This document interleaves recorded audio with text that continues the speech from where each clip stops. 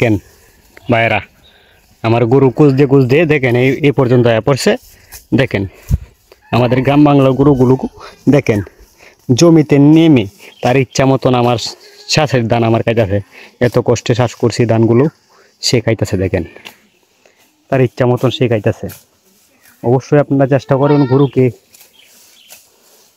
কাঁচা ঘাস খাওয়ানোর, কারণ ওর ইচ্ছা অনেকদিন ধরে ওর কাঁচা ঘাস খাওয়াইতে পারি না। দেখেন আমার গাছগুলো নষ্ট হয়ে গেছিলো পানিতে, তাই এখন আমি কইছি যে দা তুই আজকে কা, তোর ইচ্ছা মতন করে কা।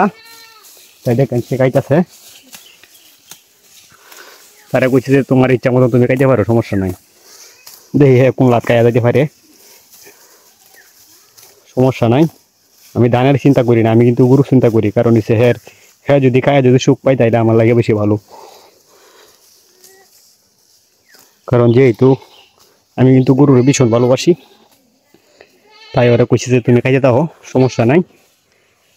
যেহেতু এখন তোমার গাছ দিতে পারতাছি না, এখন তোমার কি দিমু, তাই তুমি অন্য ধান খেতে আসো, তুমি ধান খেতে খাও, সমস্যা নাই।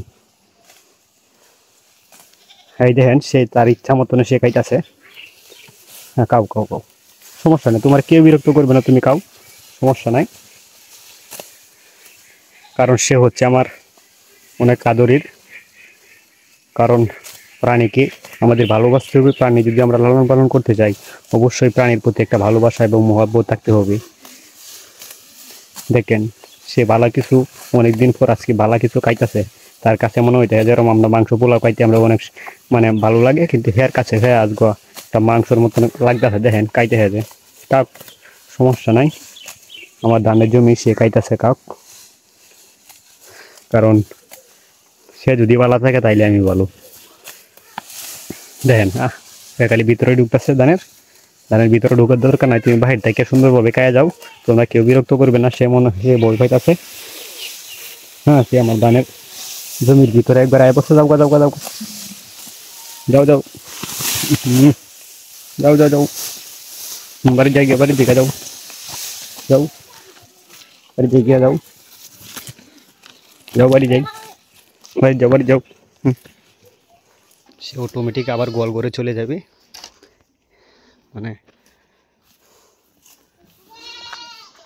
দেখেন পোষা প্রাণী এরকমই হতে হবে, যেন আপনার কথা মতন সে যেন আপনার কথা শুনে। এরকমভাবে প্রাণীকে আপনি ভালোবাসুন, তাহলে আপনি কামার করে অনেক লাভবান হতে পারবেন। দেখেন সে একায়া পড়ছে গোয়াল ঘরে, দেখছেন। কারণ এইভাবে আমাদেরকে প্রাণীদেরকে এইভাবেই তুলতে হবে, গড়ে তুলতে হবে, নাই তো প্রাণী থেকে আমরা ভালো কিছু আশা করতে পারবো না।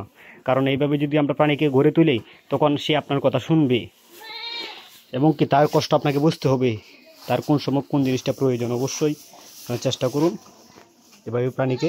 এই বলে আমার কথা শেষ করলাম। আসসালামু আলাইকুম। অবশ্যই আমার ভিডিওটি ভালো লাগলে অবশ্যই আমার চ্যানেলটিকে সাবস্ক্রাইব করবেন, কারণ আমি আপনাদের সামনে নতুন নতুন ভিডিও নিয়ে আসছি। আপনি আমাকে সাহায্য করুন, কারণ আমি আপনাদেরকে কীভাবে বুঝাবো তা আমি বেশি আমার লেখাপড়া নাই। অবশ্যই আপনারা ভিডিওটি দেখবেন, কোন ভিডিও চান অবশ্যই আমাকে ভিডিওতে জানাবেন। আসসালামু আলাইকুম।